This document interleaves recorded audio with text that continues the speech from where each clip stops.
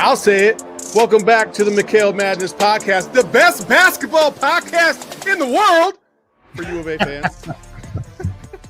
What's up, Corey? How are we doing today? That's Corey Williams, folks. Man, I was going to say, folks, I'm a little tired. I'm not going to lie. I had a little travel today coming in.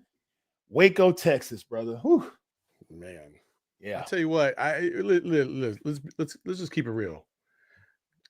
You traveled in the Pac-12 and now you're traveling to the Big 12 cities. It's a little bit of a night and day difference, no? Saul, I got off the plane in Waco, the regional airport. They got two gates. Oh. Two gates. Yeah. And they're about 35 feet away from each other. At one end. One end, they had one baggage claim loop, and it was one of those joints where the trucks were outside and, they had the little thing. So you see the bag come through and you could see outside. Like, it was a small little 30-foot baggage claim. It was, I've been in hotel lobbies that were bigger than this airport. Oh, boy. It was, but it was nice. It was clean. It was modern, but it was just tiny. Yeah. But good barbecue in Waco, Texas. So that was the high point of the trip.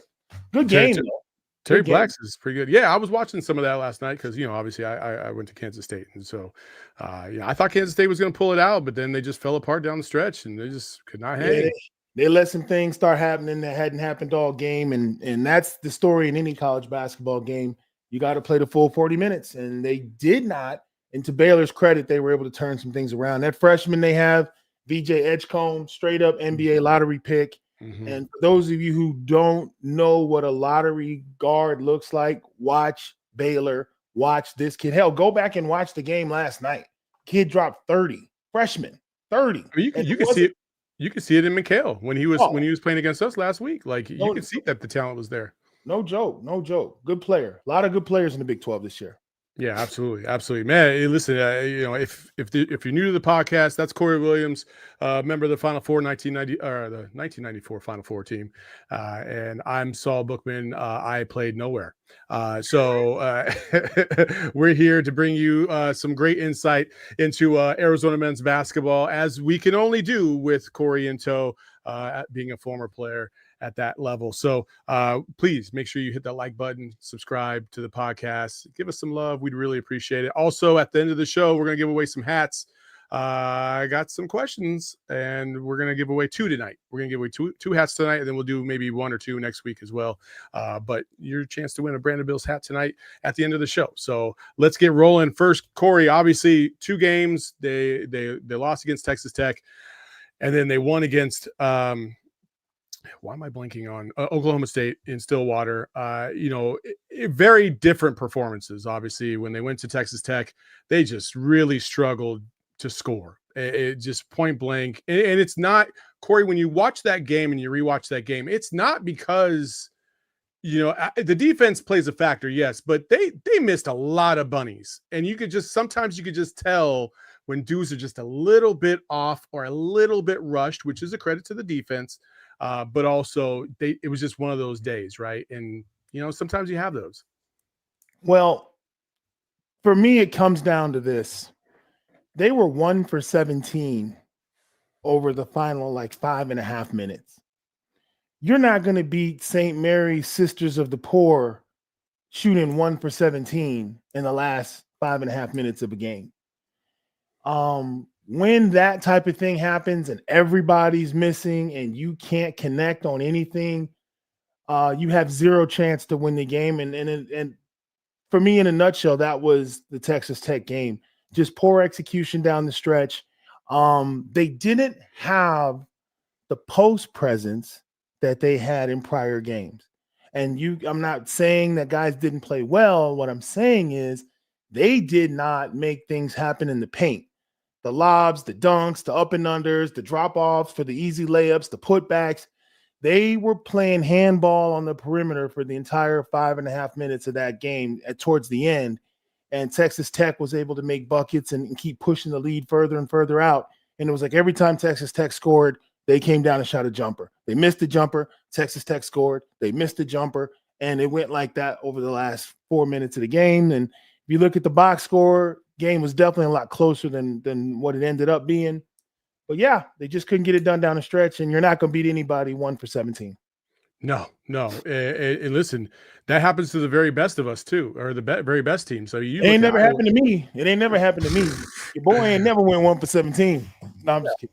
Well, I mean, if you want a challenge and want me to go back and look at box scores, no, Look at box scores. I'm kidding. But you said 1 for 17. It's funny because Iowa State went to West Virginia and they shot 1 for 17 from 3. Ended up losing that game as well. Their first loss in Big 12 conference play at West Virginia. So it can happen to anybody, and that's a case in point. Even one of the best teams in the country, number 3 ranked team in the country. If it can happen to them, it can happen to you, and it sure happened to Arizona. But give them credit; they bounced back a couple days later out in Stillwater, and really, to me, it was clear as day the reasoning as to why Arizona played much better. They got into a groove earlier in the first 5-10 minutes. They were kind of feeling it out, and it looked like it was going to be another one of those games where it's like, bro, did you guys just not show up tonight? But then they started cooking, and to me, it was really led by Caleb Love and Trey Townsend, obviously, because those two guys played probably their one of their best games combined of the season. But Caleb Love showed up, and we're going to get to Caleb Love in a little bit, but we're going to give some love to Trey Townsend because Trey Townsend has been through it this year. A lot of expectations on him. A lot of people just really doubting his ability at this level. It was good to see him kind of get off the schneid a little bit, get some good, easy buckets, and just feel better about himself as they move on to harder competition. No, and the thing about Trey Townsend that frustrates me, and this is why I talk to, people, I try to talk to everybody, but what people have to understand about Trey Townsend is at Oakland, he was touching the ball at a minimum every other possession. At a minimum. That wasn't going to be the case at Arizona. So this is a guy who's used to getting more volume shots, being the centerpiece of the offense. That's the reason Arizona brought him in, because of the way he shined at Oakland, knowing he wasn't going to get the same amount of touches with the star-studded cast at Arizona. So what looks like Trey Townsend struggling. So you remember when back in the day when girls used to double dutch? Yeah. And they would stand there and rock back and forth and try to get the rhythm and when to jump. That's Trey Townsend with Arizona. Yeah. He's not getting 3 ISOs in a row. See, Caleb Love, he's 1 pass away from the ball. Jaden Bradley has the ball in his hand. KJ Lewis can go make it happen. But Trey Townsend, he needs you to come over, bring it, recognize him on the post, and dump it in there. And then he needs his teammates to sit back and watch him work. He may get a couple of ISOs, but not nearly the volume that he's used to, but he can hoop. And I was so glad to see him getting his buckets and the team recognizing like, yo, Trey's got it going. Let's let him cook. Because that 25-point-a-game scorer is still in him. He just dials it back to fit in. And there are going to be nights where Trey will be the ringleader and will be the reason Arizona wins. Yeah, no, I totally agree. I would say this about Tommy, and these are the small things that I don't think a lot of people really understand about how he likes to operate. I think Trey Townsend gets his motor going if he feels confident down low in the post first, and then he extends it out. That's why you see at the beginning of most games, the first play that they try to run, they try to get him down low on the block. Just to get everything going, right? And see, is it going to be a good night for Trey or is it going to be a bad night for Trey? And I kind of like that. There is that consistency of the offense in that regard. They typically do that first set. They typically go to him on the block. And I like that because even though he hasn't been playing at the level that everybody hoped he would be playing, you're still showing confidence that, hey, we're always going to rock with you. We're always going to start and try to get you going early so that way we can get everybody going. Because I feel like if Trey's playing at a high level, that changes the whole dynamic of the team. But when he's struggling and he's not really a presence down low, everybody else already knows, like, okay, we got to step it up. And it's just a little bit of added pressure for everybody else. And hey, Trey kind of alleviated that the other night. And like I said, we'll get to Caleb Love in a little bit because I feel like Caleb Love was unlocked to a certain degree. But overall, I like the fact that they bounced back against a team that they should beat in Oklahoma State. It was a tough one at Texas Tech. Listen, Texas Tech is good. They took Iowa State to overtime, almost beat them, probably should have beat them. They were up by 13 in the first half, and they kind of choked that one away. They've got some pieces that can make it challenging for you if you're not ready to go at every single position. And I think you saw defensive lapses that were a little too easy. Offensive rebounding killed them again. The small things that you just got to continue to clean up as you move forward in the season. They cleaned those up better against Oklahoma State. And Oklahoma State, Colorado, we're about to find out against Iowa State how much they've really cleaned things up. But we'll get to that in a little while. Corey, any other takeaways that you had in terms of like the overall perception of this 2-game set? When Arizona was sitting at 4-5 and the world was on fire and people were calling for Tommy's job and Caleb Love was trash and everything was being said, I remember you and we did a show and we talked about Road Warriors and what they needed to do to salvage the season. Arizona sits at 6-1 in conference play. The only loss coming on the road. Now, we gave them, and I think I got to go back and check the graphic with Kev. I told them they got to win every home game and they can lose 3 on the road. That's what I said for them to be a lock for postseason play. They are well on track to meet that and maybe even do better than that.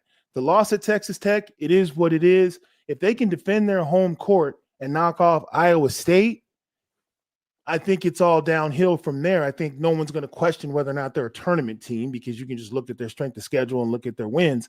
But this Arizona team overall, they're doing exactly what they've needed to do since falling into that 4-5 hole. So I don't know too many Wildcat fans that aren't pleased with the way they've been playing since then. The road wins in the Big 12 are making everybody take notice that, hey, the new kids in town, they can hoop. And you're gonna have to bring your A game to steal a win in McKale Center. And if you come out lacking on your own home floor, Arizona's proven at Cincinnati, at West Virginia, at Oklahoma State, they're capable of knocking off and collecting wins on the road. You got to give them credit for that. I also just want to say a preemptive prayer to the U of A basketball team. Every time they fly into a city, especially these small cities, it feels like the weather has just not been cooperative. They got lucky because they left Cincinnati about a couple hours before the storm really hit, the snowstorm, the Midwest kind of snow cyclone that hit. When they flew into Texas Tech, if you talk to anybody, and I just found this out today, they said that as they were flying in, the wind gusts were insane, and that you couldn't even see the city because it was so dusty. And it was just like a massive dust cloud over the city of Lubbock. And man, I hate flying in the first place. So I just know if I was on that plane, I'd be freaking out. Yeah, for sure. They talk about the schedule and, Mick Cronin had an epic rant about travel and all of this. And normally, when we're talking about something like safety and being on a plane during a storm, then obviously, you've got my full attention. But any other complaints about travel, I usually don't listen too much to because these guys are in the charter plane era and I was in the commercial flight era. Yeah. So old school guys like me, we really don't want to hear about jet lag and travel because you guys are getting on charter flights right after the game, going straight home. You're not sitting in airports and connecting and dealing with baggage claim and getting all that. You're not dealing with what we dealt with back in the day. So, but no, something like that with bad weather. Yeah. I mean, that's so unpredictable and there's nothing more important. I tell people all the time, any flight that lands is a good flight. So, you just gotta look at it from that perspective. I think the phrase "don't hate the player, hate the game" comes to mind when you're talking about charter travel. I mean, and Corey, Corey, hey, listen, everything what goes around comes around, right? And I don't know, I've seen you riding pretty premium sometimes for these ESPN trips now. That's the network. That's all ESPN, baby. That's all. You got to get your status, man. It was so crazy because I had to fly American to Waco, and it was like you was in the hood and you just was a member of the wrong set. Like I'm a Delta guy, and I was on American, and they were like 23F. I was like, damn, that sounds like that's in the back. I ain't rode Coach Saul since, I don't know how long it's been. So flying with an airline when you don't have no status and you in group 6, and, you know what I'm saying? You bored and you got all kind of high numbers and letters on you. I'm used to 2A, 3A, Delta. I'm sipping orange juice as everybody else is getting on. But yeah, I was out of my element flying without my status. But yeah, you get older, but that comes with age. You know, hopefully these guys, when they get to our age, they'll be flying comfortably as well. But right now, they got it pretty good. I've rode on a couple of charter flights with the team, and they got Chick-fil-A bagged up as soon as you come on, drinks, snacks. I mean, they got a real nice. We flew charter to the Final Four. That goes to show you how far college basketball has come. We flew commercial, and then when we made it to the Final Four, we borrowed a plane from, I believe it was the Charlotte Hornets, and it took us straight from Tucson to Charlotte, and that was a huge deal for us. So these guys take it for granted. They don't need to know about the grind. They don't need to know the back in my day stories. It's not important. I got some people in the chat chiming in on the Midwest stuff. Kobe, good to see you, bud. I drove up from Tucson for that UCLA game, LMFAO, then had to drive back. It sucked, Kevin. It really sucked. He's talking about something different. But then there's other people that obviously have experienced the Midwest, and it's just it can be a little treacherous to say the least. I actually thought I was going to die flying into Spokane one time, or to Pullman one time. I was on that Richie Valens prop plane, and I did not like it at all. I thought it was over. We dropped I swear that we dropped 1,000 feet in the air, and I grabbed the chair in front of me, and I just started praying, and I thought it was over, man. So I know how it feels when you hit those bumps. So like we said, Caleb Love had a big performance, but we'll talk more about that after this. Listen, premium stuff comes in many different ways, and one of those ways that you can experience premium items or facilities is at Gila River Resorts and Casinos. Gila River is one of the best in the game in terms of treating their customers 5-star. All right. You can achieve legendary status by going to GilaRiver.com and experience the spa, experience the golf course, experience the restaurants, the gaming. They have a top golf suite. We have events there all the time. They have a sports book, like everything that you could possibly want. It is there for you at Gila River Resorts and Casinos. You can check out any one of their hotels as well. They got 4 different locations. They got Vikiva, they have Santan, they have Wild Horse Pass, and I always forget the 4th one. I'm tripping. I'll get back to that in a second. But anyway, 4 of them, they're all fantastic. They're all brand new, or 2 of them are brand new. The other ones are refurbished. They all are great. So check them all out. And remember, you do you at Gila River Resorts and Casinos.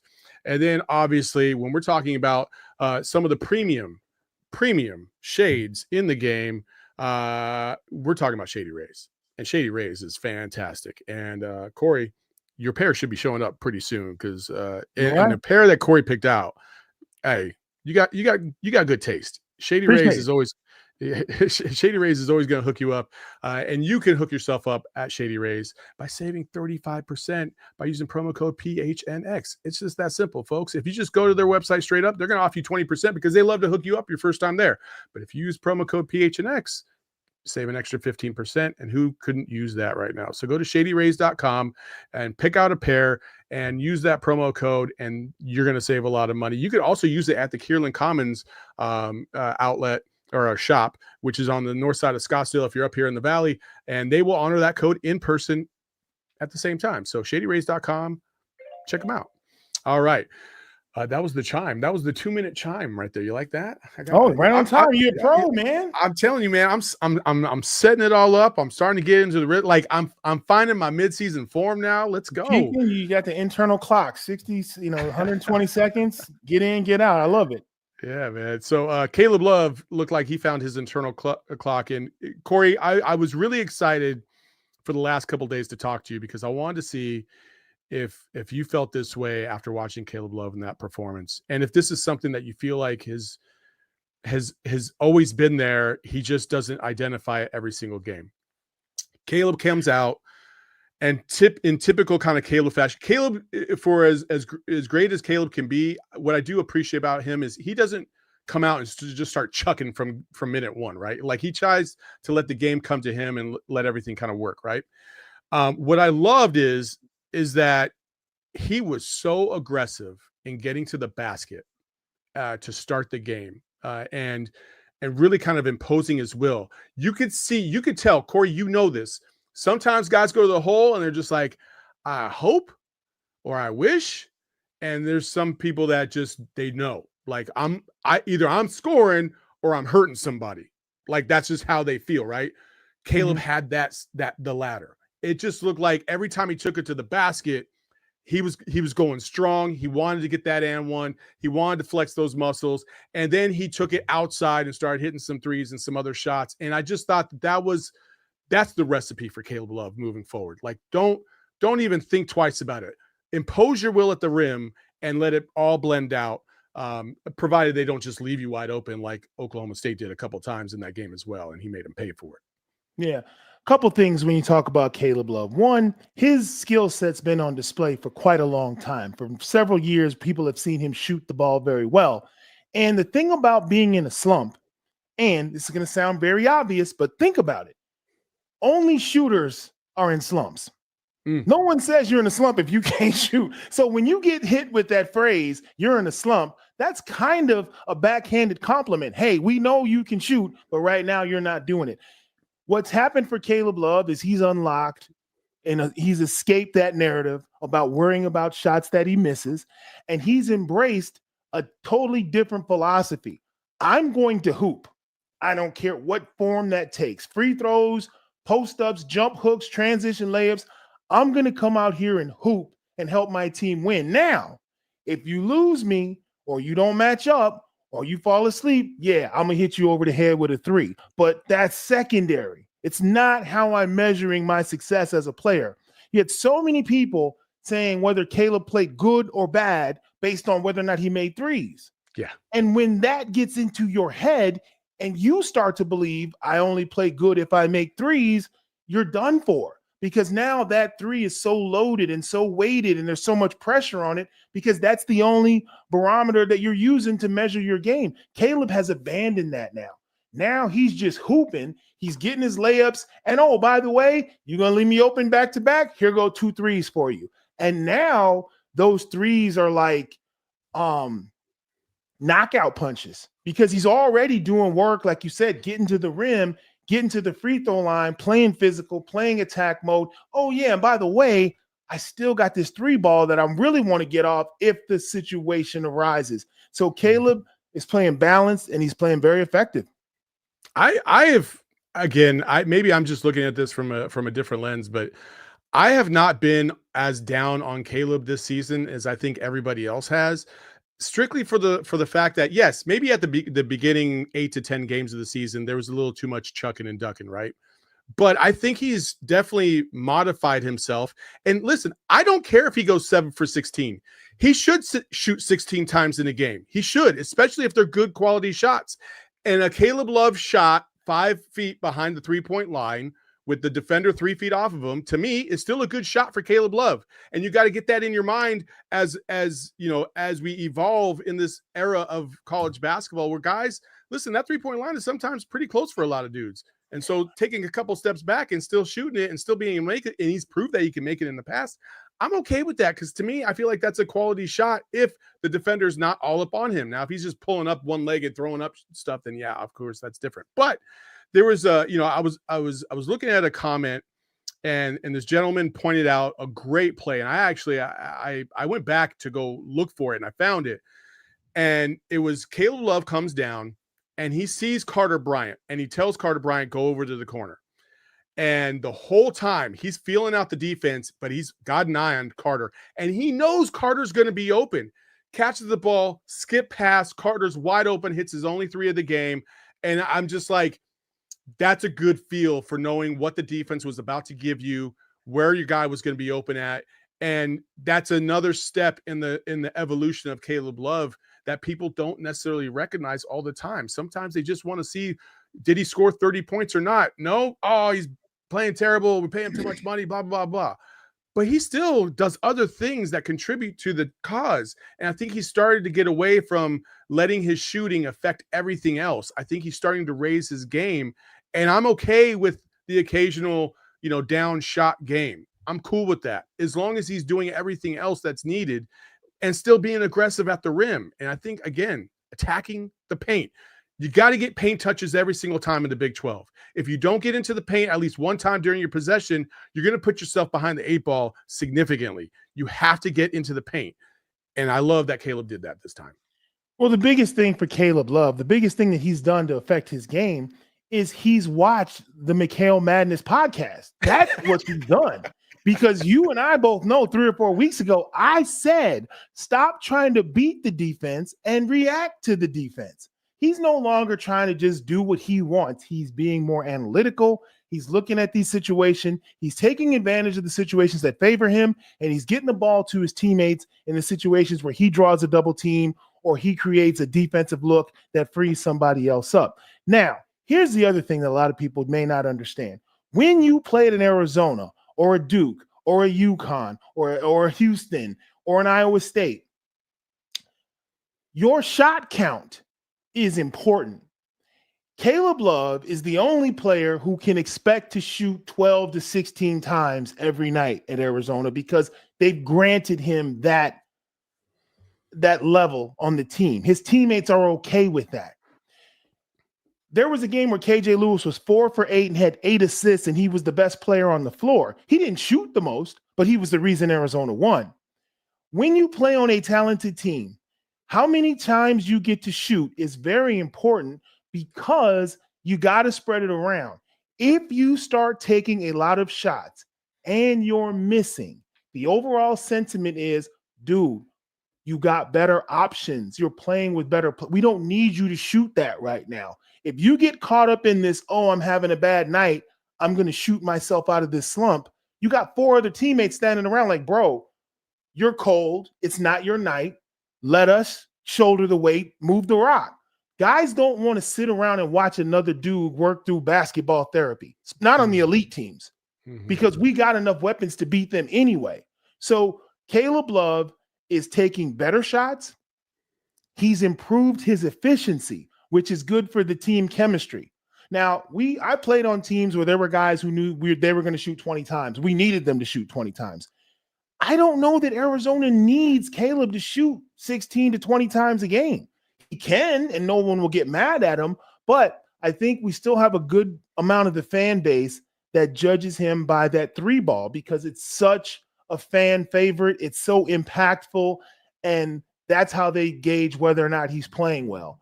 I look at the fact that the shots that he doesn't take, that logo 3 in a tight game with 4 or 5 minutes to go, I don't need that from you.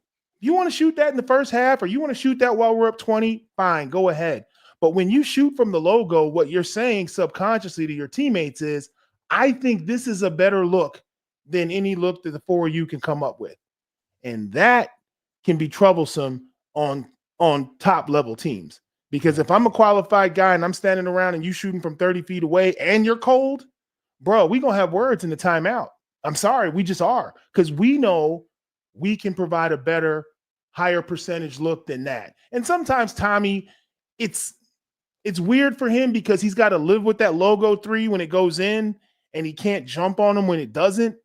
But you're right. Caleb Love is an enigma because he has the ability to crack a game wide open. He can, in 2 or 3 possessions, put Arizona up double digits. He's that good. But when he's missing, you got 4 other guys standing around who could probably give you a better look than that. So it's two sides of the same coin. Yeah. Listen, I firmly believe this. Even though the other 4 guys can be solid and they can play at a high level for sure, and from time to time, any one of them can carry a game.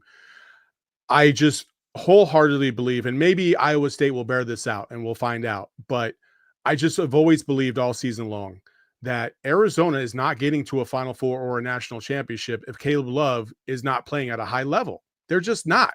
The ceiling is Caleb Love. Like, That's fair. You know what I'm saying? So like, I can't imagine a scenario if Caleb Love is going 1 for for 14 in a game in the tournament that Arizona against elite competition or like in an Elite Eight or a Sweet 16 is going to find its way to get to the Final Four. I just feel like Caleb Love can raise those ceilings all by himself.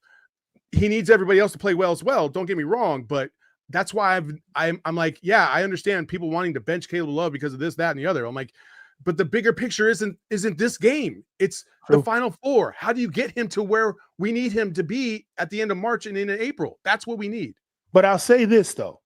The Arizona team that has KJ Lewis, 10 or 11 points, 12 points.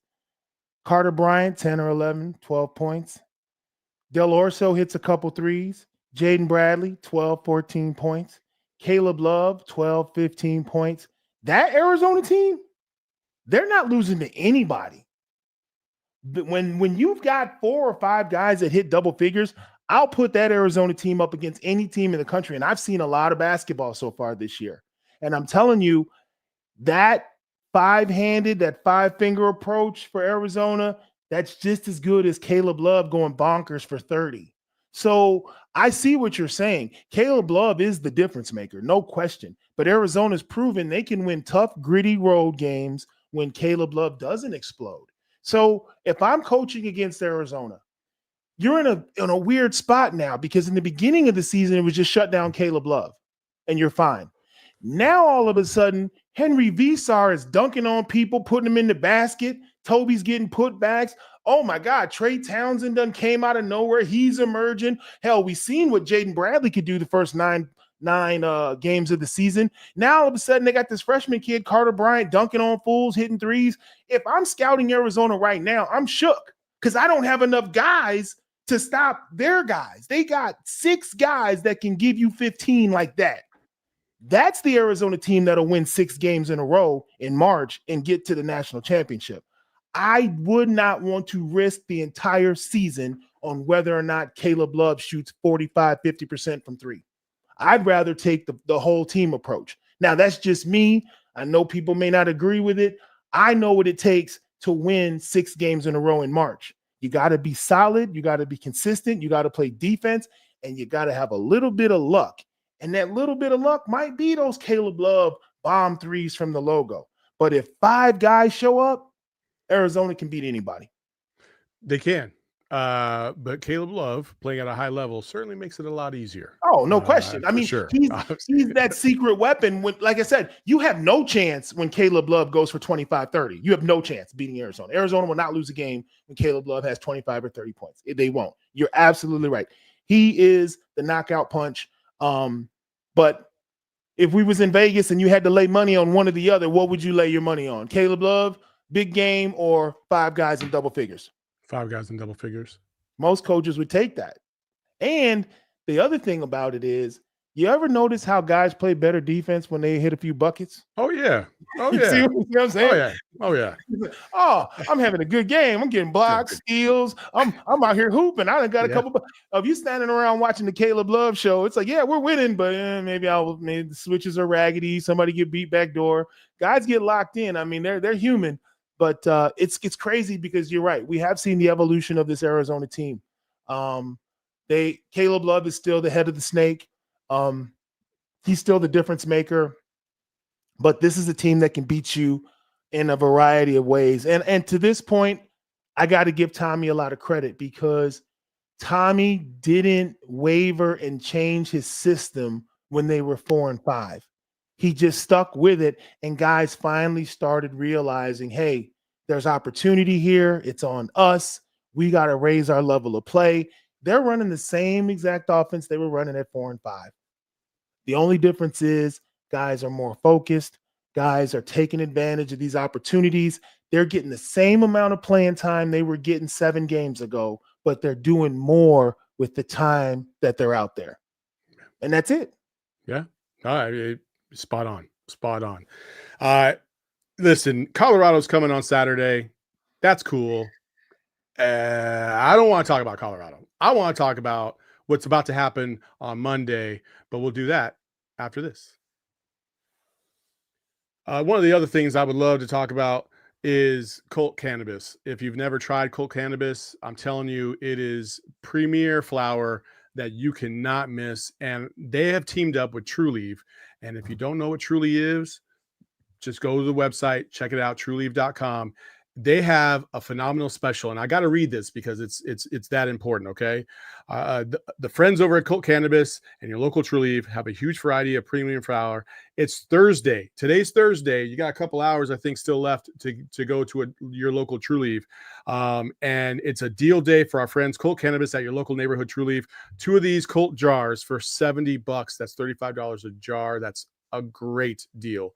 And if you don't know, what do we say? Better ask somebody, because that's and I was actually in a different dispensary the other day, and I asked them about Colt Cannabis itself, and they said that it is one of the top 3 brands in terms of flower in the state of Arizona. It is premium stuff.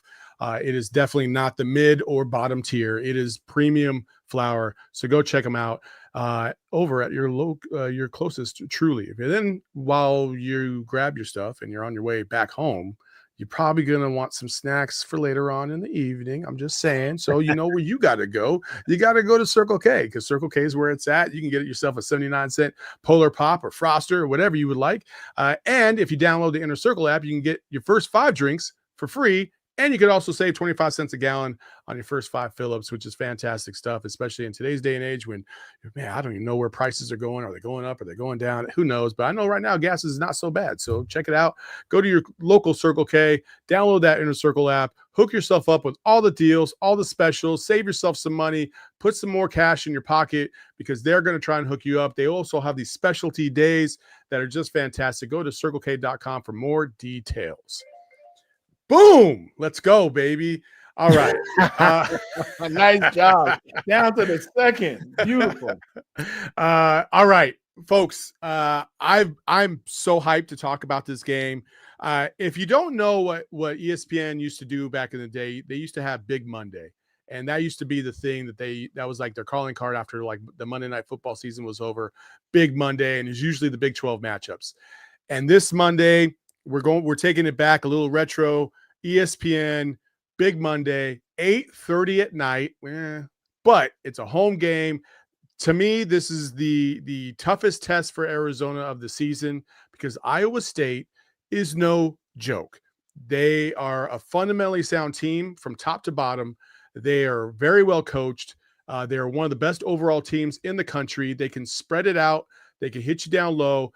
They've just got a really, really good team. And watching them on paper, watching the tape of them, it has been clearly evident to me 2 things. One, they're very good defensively, and they will tear you apart if you are sloppy with the ball. Number 1. Number 2, they have a bunch of dudes that are sneaky athletic. When you watch them, when you see them run, you're like, that guy's athletic. Somehow, some way, they're right by their defender. Somehow, some way, they get their shot off. Somehow, some way, they get a wide open 3. Like, they are just a really, really good basketball team. And before we break it down, Corey, your initial thoughts on Iowa State.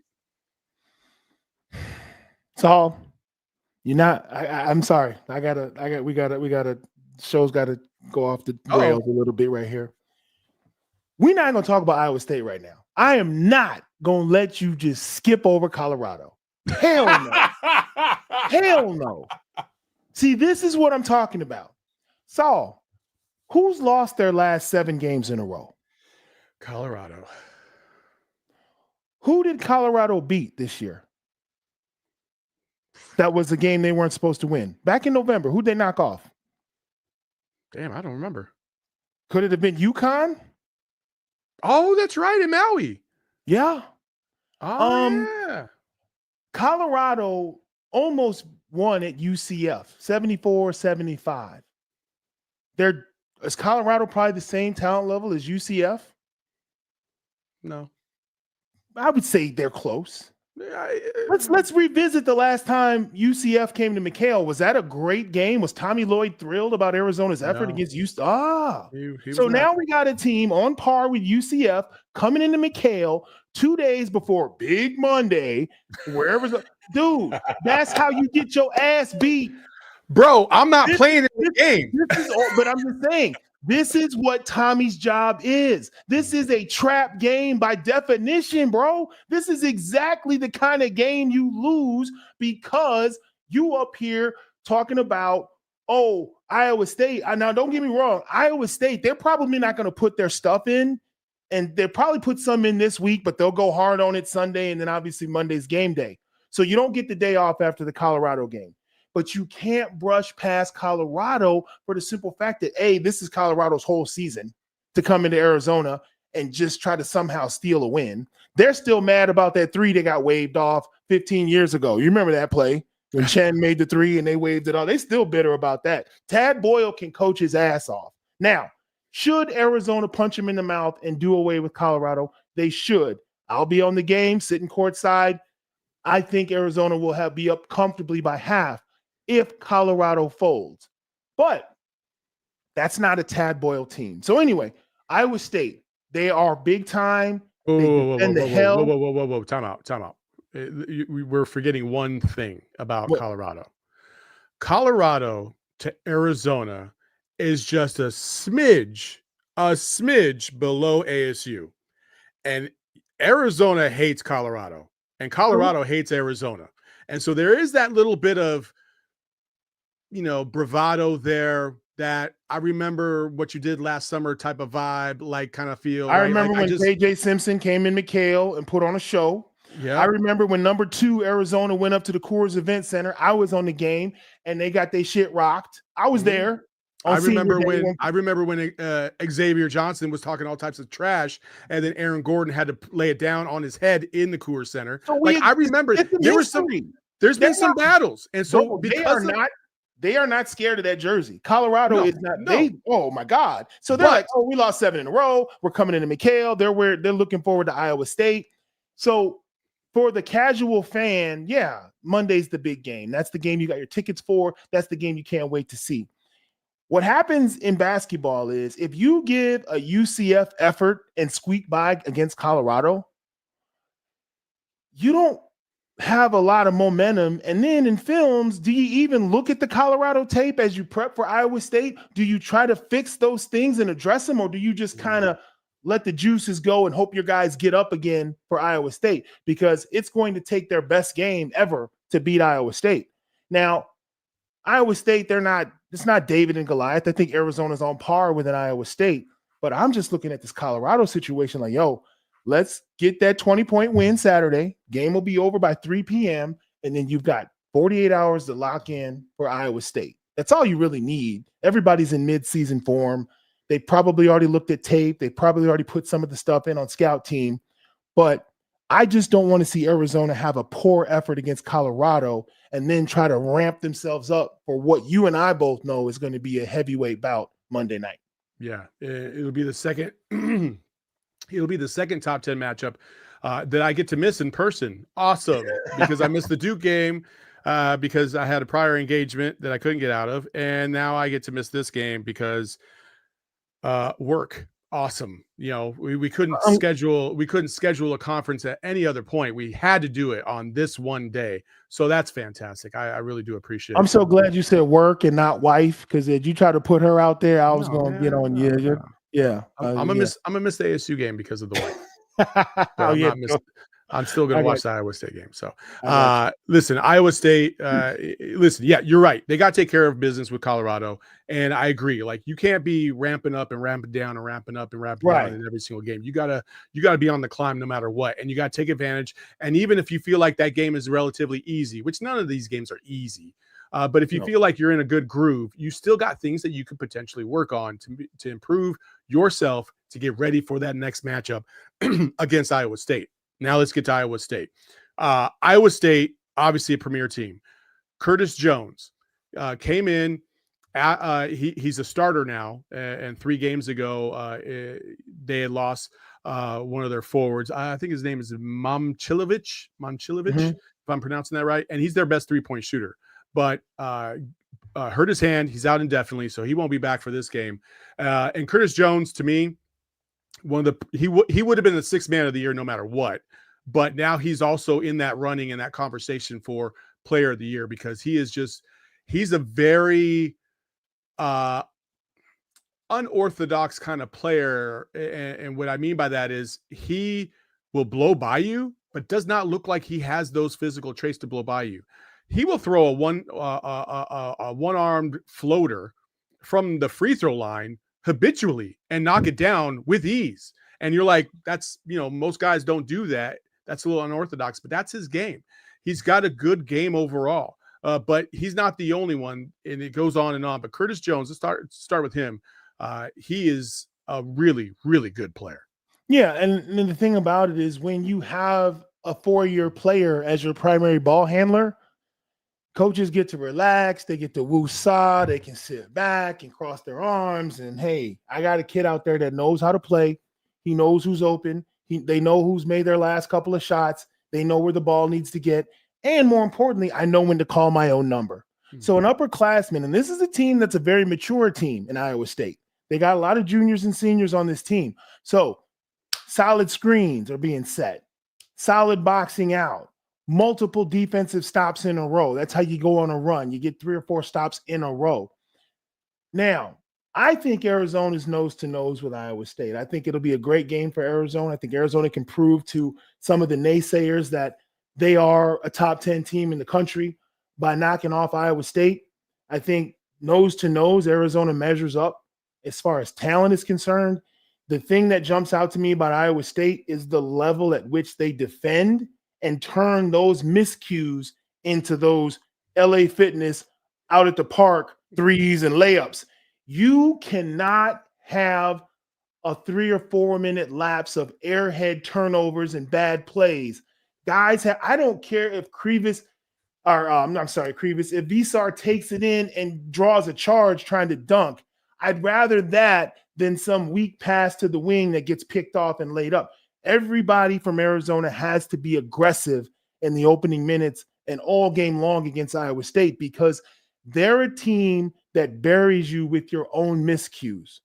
They don't really take runs. They make runs. I don't know if that makes sense to people out there, but we just do what we do. And every time you make a mistake, that's another brick in the wall. And we just keep building that wall up all night off your mistakes. Plus, they're pretty good in the half court as well. So everybody locked in. Decisive shots are better than turnovers, obviously. So I don't want to see Arizona out there playing handball. I want to see players getting downhill, getting it in the paint, dropping it off for dunks, getting to the free throw line, putting the pressure on them defensively. That's going to be a key for Arizona early in that game. And that's one of the things about Curtis Jones. If you look at his splits, we have his stats right here, his splits from home and away. Curtis Jones at home averages 16, 4, and 3. 72% from the free throw line. On the road, it changes. And he goes 21 for basically doesn't get any assists. And he shoots 95% from the free throw line. That means if you watch him in those road games, he is the aggressor. He is trying to be more aggressive. He initiates contact. He shoots 3 times as many free throws as he does on the road than he does at home. So he's an aggressive kind of player on the road. Maybe it's the environment, maybe it's just, what it is, but for whatever reason, he steps it up scoring wise. Now, if you look overall for this team, there's a couple guys that kind of mirror that same thing, but there's a couple other guys that kind of tail away. And let's look at this, ball up top graphic, because I want to get to 2 different things. I want to get to the matchups on paper, what the positions would tell you is going to happen 1 through 5. So you got Jaden Bradley against Tameen Lipsy at the 1, Caleb Love and Keshawn Gilbert at the 2, Del Orso, Curtis Jones at the 3, Townsend, Jefferson at the 4, and then Awaka and Jackson at the 5. To me, that's all well and good, but this is where I would change things around. And as good as Lipsy is, he's a really good guard. And you might be surprised when you watch him play at his draft stock is actually a little bit higher in NBA minds than everybody else on Iowa State's team, even though his numbers aren't through the roof. That he doesn't lead them in assists. He doesn't lead them in scoring or anything like that. He's just such a good point guard. He's a good floor general. This is how I would match up with Iowa State. This is my ideal matchup. I would actually put Caleb Love on Lipsy. I would have Jaden Bradley on Curtis Jones because I think he would wreak havoc against Curtis Jones. Keshawn Gilbert, KJ Lewis. I think that's a great matchup. That's a fun matchup to watch right there between those two. Carter Bryant or Awaka. I would much prefer Awaka against Jefferson because Jefferson is really skilled, but Bryant's length could bother Jefferson as well. And then Vasar and Jackson. Jackson is not really too much of a focal point for them. He's kind of a little bit of an afterthought. He gets kind of the scraps, the rebounds. Every now and then he'll catch a lob, but he will sneak around and get you because he put up 17 against Kansas and Hunter Dickinson. So you can't just completely ignore him and act like he's not there because he will get you. So everybody on this roster for Iowa State is really good, and they're fundamentally sound, and they play at a high level. Put that graphic back up again so I can correct your mistakes as an elementary school teacher.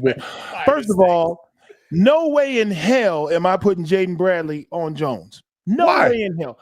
Because Jaden Bradley with 2 fouls means trash offense the rest of the night. Jaden Bradley is just not foul prone like that. Put the graphic back up there. I am not Henry Visar. Come sit down. I need my senior Trey Townsend out there in this type of game. I need the experience. And that's just and Carter Bryant is not starting either. And I'm gonna tell you one other thing. You did right because that Del Orso thing that they do with KJ Lewis, if KJ Lewis doesn't start, he better damn well be in the game by the 16-minute mark because that game is not a game for Del Orso. I'm sorry, it's just not. So KJ off the bench quick. Give me my experience banger Trey Townsend against Iowa State.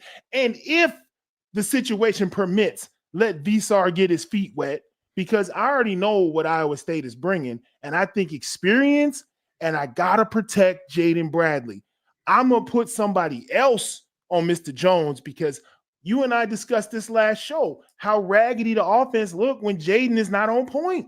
I can't risk foul trouble against Iowa State and have 7 minutes of stagnant offense because Jaden Bradley's trying to stop a dude who does nothing but get downhill on the road. I'm not saying I'm scared of him. I'm saying Bradley's too valuable to have him playing D off top because you saw what happened to Baylor when they came into Arizona last week. Omier got 2 fouls in the opening 60 seconds, and that game was over. Yeah. Baylor never came back. Their money man had 2 quick fouls, and it might as well have been recess for the next hour and a half because it wasn't a basketball game. Arizona crushed them. So for me, and maybe, like I said, this is why I'm not a coach because maybe I'm completely wrong. But I'll put Jaden Bradley on the sorriest player they got and hide him and let him run the offense. Bro, what are you talking? Oh my God. Bro, no. Listen. You know how it goes. Corey, I would love for you if Damon came to you and said, "No, I got one." I would love to hear anybody say, "Nah, man, you go guard the sorriest person out here. Even though you're good defensively, go guard that sorry guy, and let me take this guy because we can't have you fouling out." It's interesting you say that because Damon Stoudemire went head-to-head with a lot of NBA guards in the Pac-10 back in the day. But in our Final Four run, you know who was the junkyard dog? You know who guarded Jalen Rose? You know who guarded – Yes. I know. Yes, because Lute was like, Stod going to give me 25 anyway. So I need him for that. Now, I'm not saying Damon was ducking anybody. He was good on the ball. He was a very small point guard, but he was good on the ball. He never got no on-ball steals. He didn't block a lot of shots. He could hold his own. God knows if Stod sees this, he's going to text me and get after me. But he was too valuable for us. We was like, yo, I'll come in and play D. Reggie will come in and play D. Like, we got a bunch of dudes that's going to hack and foul, but our 2 lottery guys, nah, that's a guaranteed 60, damn near 60 points a night. But so Jaden Bradley is not foul prone. He's a good defender. That's true. He's smart. He doesn't put himself in positions. And maybe you slide him over there as the game goes on. But I don't trust these refs. And the game early in the game, I'm like, man, give me KJ Lewis out front. Maybe KJ on him for a while. I mean, because you're going to see that for sure. You're going to see that. And I'm not saying I'm just saying Arizona goes legitimately 8 deep. We need productivity from 5 or 6 guys. Put it to you this way. Let's do a quick little. We'll come back to this next week. How many guys in an Arizona win? How many guys are in double figures against Iowa State? I'm going to say 3. Oh, that's a minimum. You need at least threes. You could have 3 and still lose. No, I know. That fourth guy guarantees the win in my book, but we'll see. I'm saying 4. You say 3. You know who that?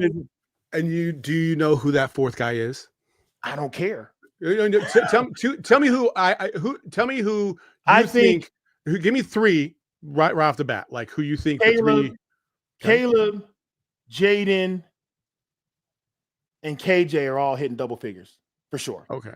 Because they love this kind of stuff. They're going to all play 30 plus minutes if they don't get in foul trouble. Tommy will leave them out there the majority of the time. It could be Visar if they start getting downhill and that little lob and the fouls and free throws. It could be Visar. But again, this is my point. Visar, for as much as we're talking about the defensive end, first of all, Jackson, again, like I can live or die with that. Like if that's the way they're going to win, then that's the way they're going to win. But Vasar is a problem for Jackson as well. He is too quick for him on the perimeter. You see his sneaky athleticism, and Jackson, I'm telling you, Vasar can take advantage of him if this goes the right way. I have more confidence in Vasar than I do in Trey or Awaka trying to make something happen offensively right now at this point. But see, Trey can get you a one-on-one. That's not Visar. Visar hurts you when other people make you leave him. When there's a penetration and a lob or a bounce pass, or you rotate in and he's on the 3-point line, Visar don't put in no one-on-one work. He don't put in no one-on-one work on anybody. When have you seen him crab dribble, drop step, jump hook, crab dribble, spin off the glass? That's Trey Townsend's game. He don't do that. He's a guy that can hurt you when you have to leave him. So to your point, when Arizona creates the motion that makes you leave Visar, he'll dunk on you. He'll get an offensive rebound and dunk it, put it back in. He'll knock down a wide open 3. But are they clearing aside and giving it to Visar to go to work? Absolutely not. Absolutely not. I just listen. I'm not trying to be disrespectful, Trey. If you're out there, you listen, okay? I love you to death. I hope you ball out. I hope you prove me wrong. I feel like I've seen this book before, this movie before, and I feel like this is not a great matchup for Trey Townsend. Side bet. Okay. You and me. Who has the better game against Iowa State, Visar or Townsend? I'm taking Townsend. Oh, I'm taking Visar. Okay, we're gonna bet a Circle K big quench. I want the biggest one they got, and I want a honey bun and a beef jerky teriyaki. So that's what we betting. We betting the Circle K snack pack. That's the big drink, the honey bun, pastry of your choice, and some beef jerky. I guarantee you, Townsend has a better game than Visar. Okay, all right, that's a bet. We bet in front of everybody. So everybody in the comments, you heard this. We'll see. See. Don't worry. Next McKale Madness, I will have this on repeat throughout the show. All right, listen. From top to bottom, Joshua Jefferson, really good player. Just a thick 6'9" guy who could hit the last game against UCF. Like uncharacteristically, he shot multiple threes. Went 4 for 5 or 3 for 4, I think. And like he proved that he can do it. And then he had 30 against UCF. Like he's a good all-around player, tough at the rim, just solid. Had a really good game against Texas Tech to help them come back in that game. Like again, from top to bottom, they are really good. Keyshawn Gilbert is the quickest player that they have. Athletically speaking, Keyshawn Gilbert is their best athlete. He's got that quick twitch about him, can get to the rim, can hit the midi. He just can't shoot very well. That's the one knock on him. If you look at scouting reports and NBA prospects and stuff like that. So, and then obviously I just talked about Tamim Lipsy, who I think is phenomenal. Also, if you're watching this on any television channel, make sure you go over to gophnx.com to finish out the show. We appreciate you joining us. If you don't come back, then hey, thank you for following. But again, I just think Iowa State overall is just a really, really good squad, and it's going to be. It better be electric as all hell in McKale. Oh, it will be. It will be. It'll be the biggest turnout since the Duke game. And here's the thing about Iowa State: you race out to 16-2, and then you're thinking national championship, and then you go get spanked at West Virginia, and all of a sudden you're like, damn, are we really that national championship quality team? If you can go into one of the greatest arenas in the country and beat Arizona, you've reestablished that bravado, that confidence that, we are that national championship aspiring club. So they're in here looking to do a little bit of mental management. They're trying to readjust. This Arizona game, a road win at Arizona, puts them back in the mind frame of, yeah, we are where we belong. We're a top 4 team in the country, and the national championship is within our grasp. If they get popped, 2 losses in the last 3 games, they're still Iowa State, but they're no longer with that runaway freight train momentum that they've got. Yeah, I agree. AZ Cats with the super chat. Good show, guys. Corey, nice shirt. Looks historic. Hey, baby, I'm bringing them back. The Tucson Lizards, not AAA. This is quadruple A wiffle ball. I'm going to start a team in a league out here. We're going to resurrect this. I love this logo, man. It's dope. Is that a new version? Baby. Is that a new version of ATL, the Arizona Texas League? Yeah, man. Arizona Texas League back in 1932. Wow. Back in the day. That's pretty dope. Yeah. I try to keep it. I'm from Arizona now, so I dig into the sports history. You know what I mean? So Tucson Lizards, baby. Hey, listen, it's Tucson is one of a kind, and I miss the Toros personally, but that's just it for another day. For sure. All right, so before we wrap this up, we're gonna blitz through a couple things. First, we gotta do the Streets is Talking, and this one's special because our guy, if you guys have ever followed Alex Rabb on Twitter, want to give him a shout out. He put out a poll and a question about the lights in McKale. And Corey, you played under the lights of McKale. They were brighter than they are now in terms of the whole arena. If this is a good example of it, this is the old, and then on the right is what it is right now. Wildly different. They wanted to basically what they did is they wanted to make this atmosphere a little bit more NBA. And so they did basically what Staples Center and Madison Square Garden do, and they dimmed the crowd lights to focus on the court. But some of the most hype moments in U of A history are under the bright lights. So we asked the streets, or actually Alex asked the streets, what would you like to see? And by a landslide, 79% want the bright lights back. 21% wants to keep it as it is. So once again, shout out to Alex R64 on X. He's the one that does all those crazy hype videos after the games. Love his work. It's fantastic. So listen, I want the bright lights back as well. And there's a couple other things that I want to bring, but bright lights, yes or no, Corey? I'm speaking as someone who spent 4 years playing on that floor. And I can tell you firsthand, you have no idea the advantage Arizona has when the competition has to see where they are. Boom. When they see the person yelling, "You suck," then they see the student section and they see the fans standing. Why on earth would you want to dim out that atmosphere? When guys are walking and we go on an 8-0 run and they call timeout and they got that long ass walk to the bench and they can see and feel everything, they come out of that timeout. It didn't do them any good because we just would keep kicking their ass. It's like the whole building jumped on them and they were helpless. They just had to endure 40 minutes of an ass whooping in hell. And then if you look at the post-game conference, the post-press conferences with the coaches, they all said, "This is one of the toughest places to play. My kids came out." They're exhausted because they're trying to stay focused in an environment where everything is there, the noise, the band, the Zona Zoo, the season ticket holders. And now that you've got this NBA atmosphere where everybody's in the dark except the people on the court, I know that takes away from the effect that McKale Center can have. So I'm 1,000% on board with bringing back the bright lights. Let people feel McKale Center. There were people terrified. They would focus on the ASU game on the road trip because they knew they weren't going to win in McKale Center. And that went on for 30 years where you just, okay, we got Arizona Saturday and we'll try to win on Monday. Or we got Arizona Thursday and we'll try to beat ASU on Saturday because people knew you were just dead man walking. So I love the crowd. I love the atmosphere. Screw the NBA because no one goes nuts like that in NBA games. So why are you trying to copy their model? It makes absolutely no sense. Bring back the lights.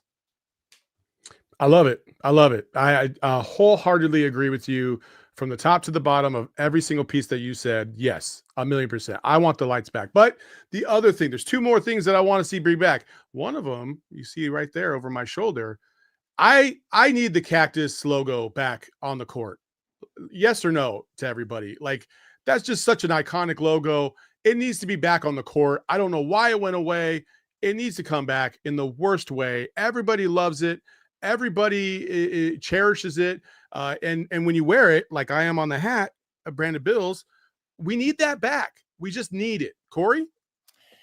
You know, I feel what you're saying. I love the A. And the block A has its place. I love that.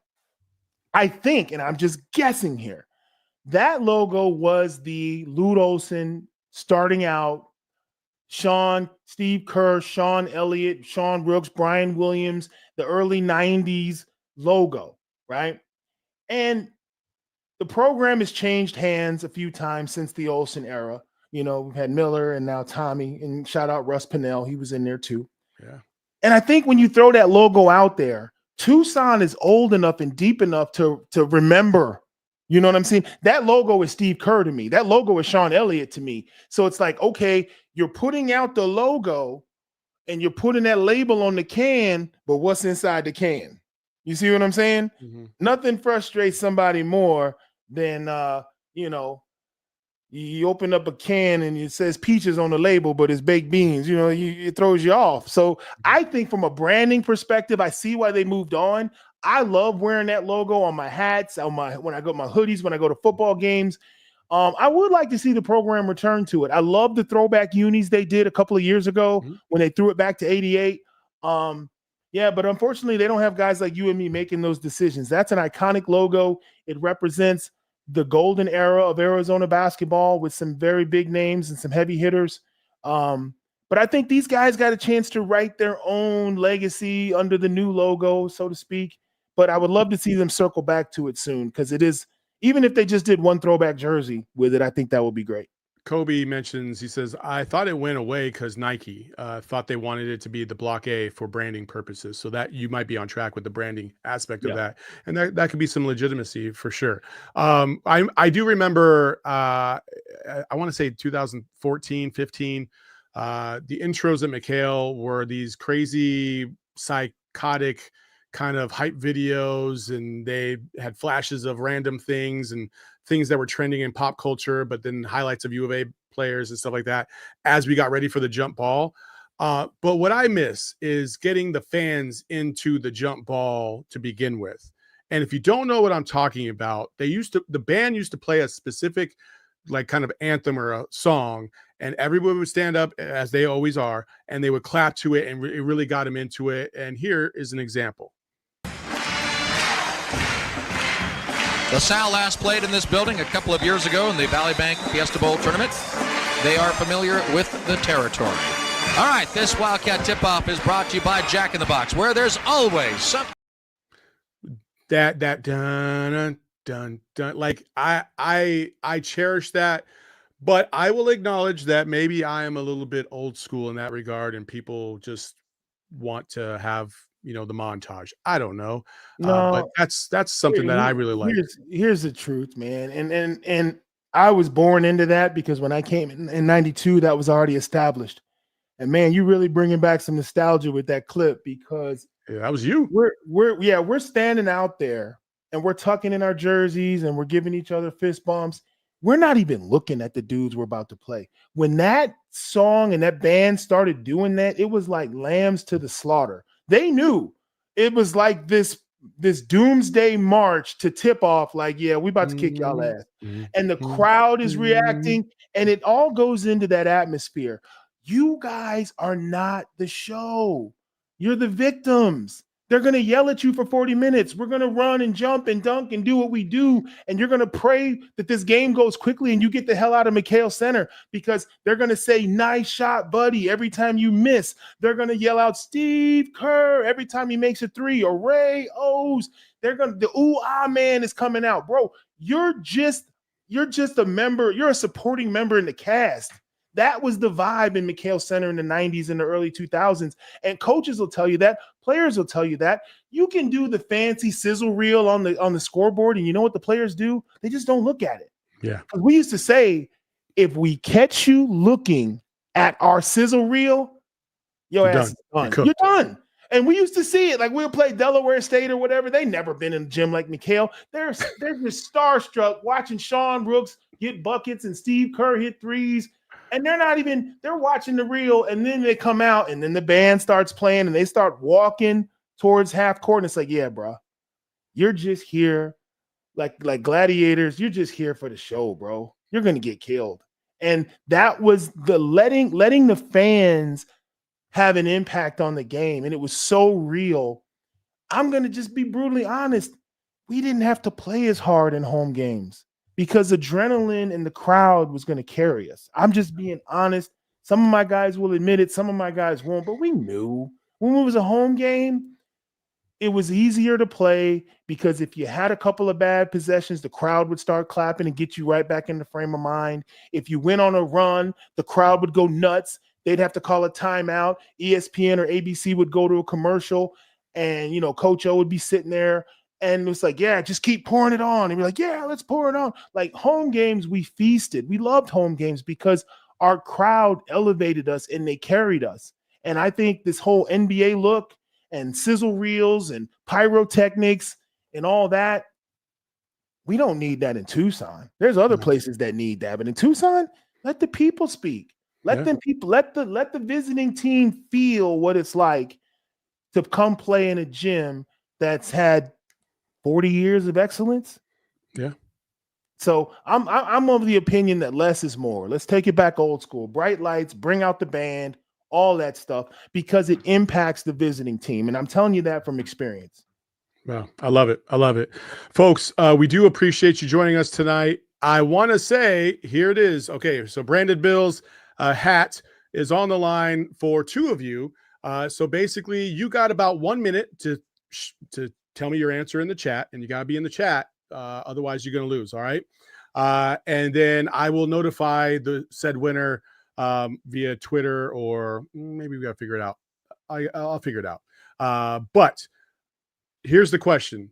How many 30-point games did Corey Williams have in his Arizona career? Throw it in the chat. Throw it in the chat. Oh, you can't make faces, Corey. You can't make faces. I'm trying to count them.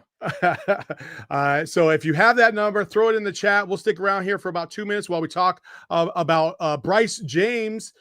Bryce James had himself a day at the Hoop Hall Classic. He had 16 points, and everybody kind of lost their mind because he got some run. He played very good, showed a little bit of an all-around game. I don't know if it was the Arizona juice or what, but he showed out and he showed up, and you got to give him a little bit of credit for that. Saul? Yeah, I already knew what you were going to say before we even started this. How long have we known each other, brother? Yeah, for a while, for quite a while. Yeah, I see why you didn't put this in front of me before the show, because had I known we was going to celebrate 16 damn points, I would have said something. I would have got up and left. Man. Corey, he had 20% of their points. Man, you are spinning this Bryce James stuff, brother. I know you want to get some Laker tickets out of this. So LeBron gonna give you some shoes. I don't know what your angle is. I mean, okay, hats off to the young man. He had a good game. And I'm not gonna take away from it. It is what it is. I think there's a huge contingency of people who want to see him play at a level so that he lives up to that last name. But that is just such a heavy burden to put on that young man's shoulder. 16 points. He has a hot night. That's great. He's still got a long road ahead of him, and I'm pulling for him. Am I going to get excited about 16 when I used to score 16 and a quarter in high school? No, I'm not going to do that. I know. I'm not going to do that. We're going to keep it all the way real. You know what I mean? Yeah. But hey, he's a Wildcat now, so it's all love, baby. It is all love. And then last but not least, Corey, the other week we had an epic meltdown of a basketball game, and this just straight up is just not fun. And we had glimpses of this at Oklahoma State because I felt like the refs were just getting too whistle happy on some of the just ticky-tackiest of things, but it wasn't like this the other day.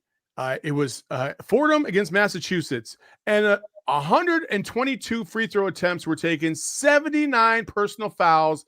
Corey, 10 players fouled out. What?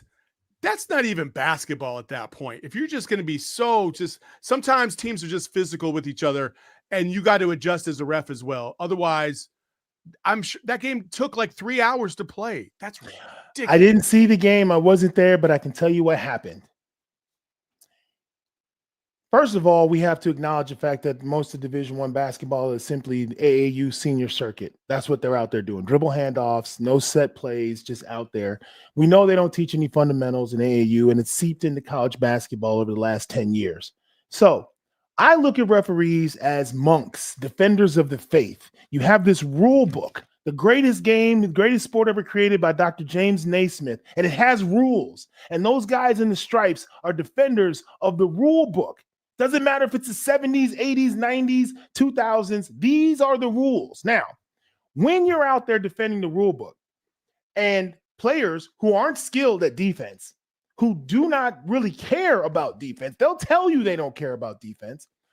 They're out there hacking, grabbing, and reaching, and you're calling it, quote unquote, by the book. And there's something to be said about what you said about refs adjusting.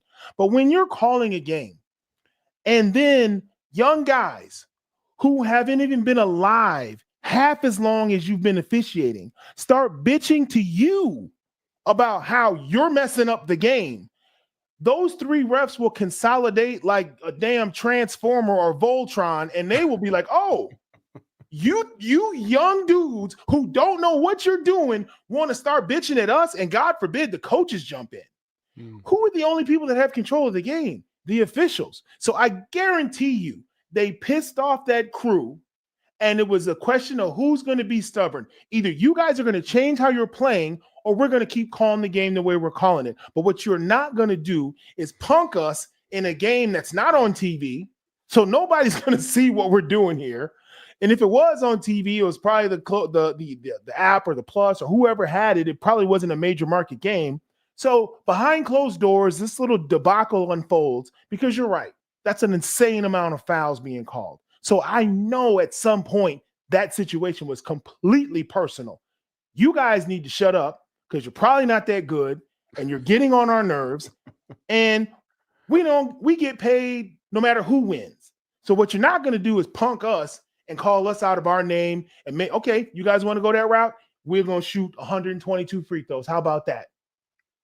And I guarantee you that crew that called all those fouls didn't get no kind of disciplinary action, because once they started watching the film and once the referees started saying what they were called and how they were cursed at and how they were disrespected, the crews were like, it is what it is. Neither one of them teams is going to the damn tournament, so what do we care?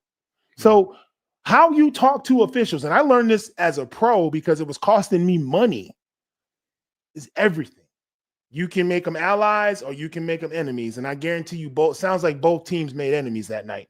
I'm not defending the refs to that point because it's absurd, but I guarantee you there was some mouths being run during that game for sure. I believe it. Corey, how many 30-point games did you have?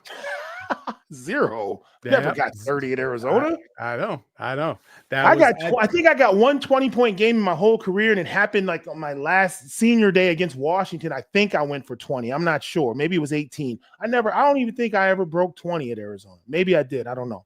But I played on a team where, hell, I was only going to get 8 or 9 shots, so I had to hit them all just to get around 20. So, when you were laughing, I thought you knew that already. And I knew as soon as you said that. You said 30. I was like, 30? I thought 20 would have been a good question.